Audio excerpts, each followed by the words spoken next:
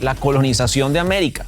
Fue un proceso en el que se encontraron diferentes mundos y se crearon mundos nuevos. Este proceso inventó a Hispanoamérica con todas sus fallas y virtudes. De ahí proviene nuestro idioma, nuestra cosmovisión, nuestro ADN, literalmente. En este video vamos a analizar el enorme, inconmensurable impacto que tuvo y tiene la colonización. No es que nos estén cortando las venas ni que sea el origen de todos nuestros males, pero en muchos sentidos sigue definiendo nuestras vidas. Y si estás pensando, es que ya han pasado 200 años, qué tontería. Vamos a ver, junto a expertos, cómo los patrones coloniales siguen influyendo en nuestras vidas y países. Eso sí, te prometo que no nos vamos a poner con melodramas, ni con lo de víctimas ni victimarios. Los españoles eran gente de su tiempo, ¿verdad? En el siglo XVI no existían los derechos humanos, el derecho internacional, las ONGs, y las conquistas no se hacen ni pidiendo permiso ni pidiendo perdón. La Europa medieval era un lugar muy violento y venían de reconquistar la península, de quitársela a los árabes, a los moros. Así que los españoles sabían de conquistas y eso hicieron, conquistaron para luego colonizar.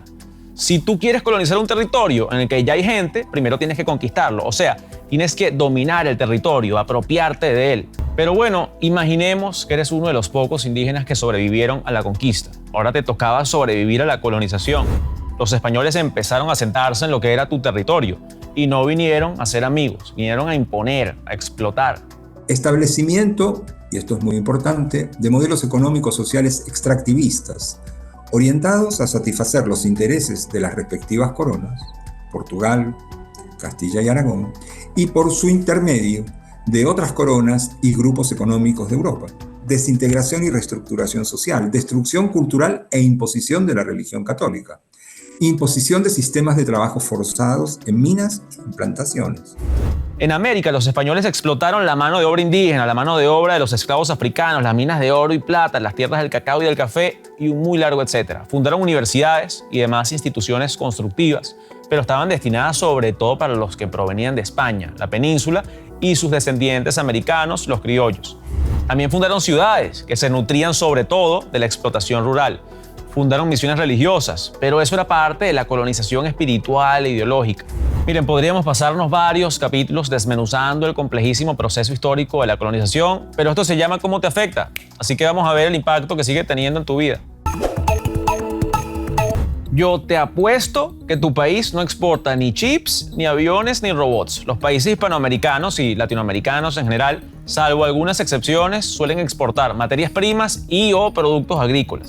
Aquí ven el producto que más exporta cada país de la región. Los minerales como el cobre y el oro son muy comunes, lo mismo que los recursos energéticos como el petróleo y el gas. Otro clásico latino es la agricultura y la ganadería, claro. Ahora veamos la industria, tan escasa. México tiene bastante transporte y maquinaria, pero suele ser de empresas extranjeras que aprovechan la mano de obra barata. O tú puedes nombrar una marca de carros mexicana. No puedes, porque no existe. Estas economías extractivistas son parte del legado colonial. Sí, la colonización estableció en América Latina un modelo económico extractivista, centrado en la explotación y exportación de recursos naturales hacia las metrópolis europeas. Este modelo se basaba en una economía de enclave, donde la riqueza generada no se reinvertía en el desarrollo local ni en la diversificación de la economía. Como resultado, se creó una estructura productiva dependiente de materias primas con bajo valor agregado y poca inversión en conocimiento y tecnología. La economía colonial solía extraer riquezas, solía explotar, esclavizar enormes sectores de la población, como fueron los indígenas, los esclavos africanos y sus descendientes. En todo caso, la colonia implantó sistemas autoritarios con alta concentración de poder económico, político y militar, y las élites criollas independentistas escogieron dar continuidad a estos sistemas e incluso profundizarlos. Y es que los problemas de hoy no son consecuencia directa de la extracción y la explotación coloniales. Han pasado muchas cosas entre ese entonces y el ahora, pero claramente nuestros países no han superado los patrones institucionales que se sentaron en la colonia. Bueno, yo creo que el pasado colonial nos afecta bastante porque muchas instituciones fueron, instauradas por los españoles. Y son patrones institucionales muy poco productivos a largo plazo en cuanto a economías diversificadas. ¿Qué mejor ejemplo que mi país, Venezuela, no?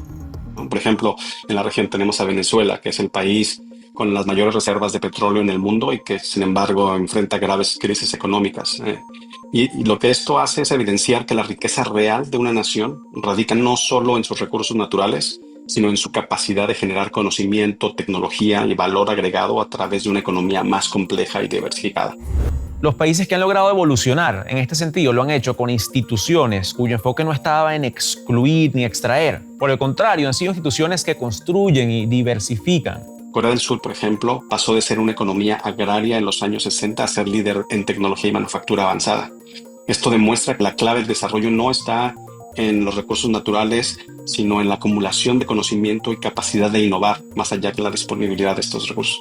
Responsabilizar a la colonización europea por todos los males de las sociedades latinoamericanas contemporáneas se ha convertido en una muy cómoda moda académica que por lo demás resulta funcional a los grupos de poder de las respectivas sociedades contemporáneas.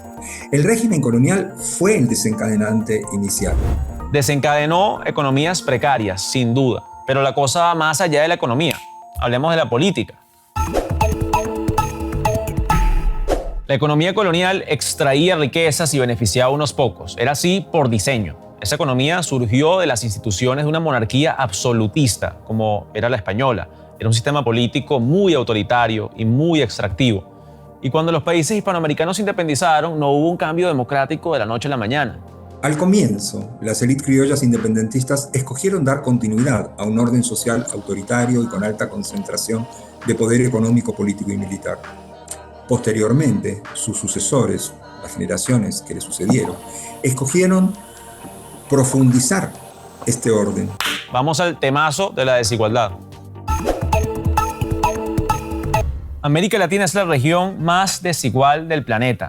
El 50% de la población más pobre solo tiene el 1% de las riquezas, mientras que el 10% más acaudalado acumula el 77% de estas riquezas. Hay patrones que yo intuyo que están relacionados a la colonia. No creo que sea casualidad que justo los indígenas y los afrodescendientes sean los grupos más pobres de América Latina, ¿verdad?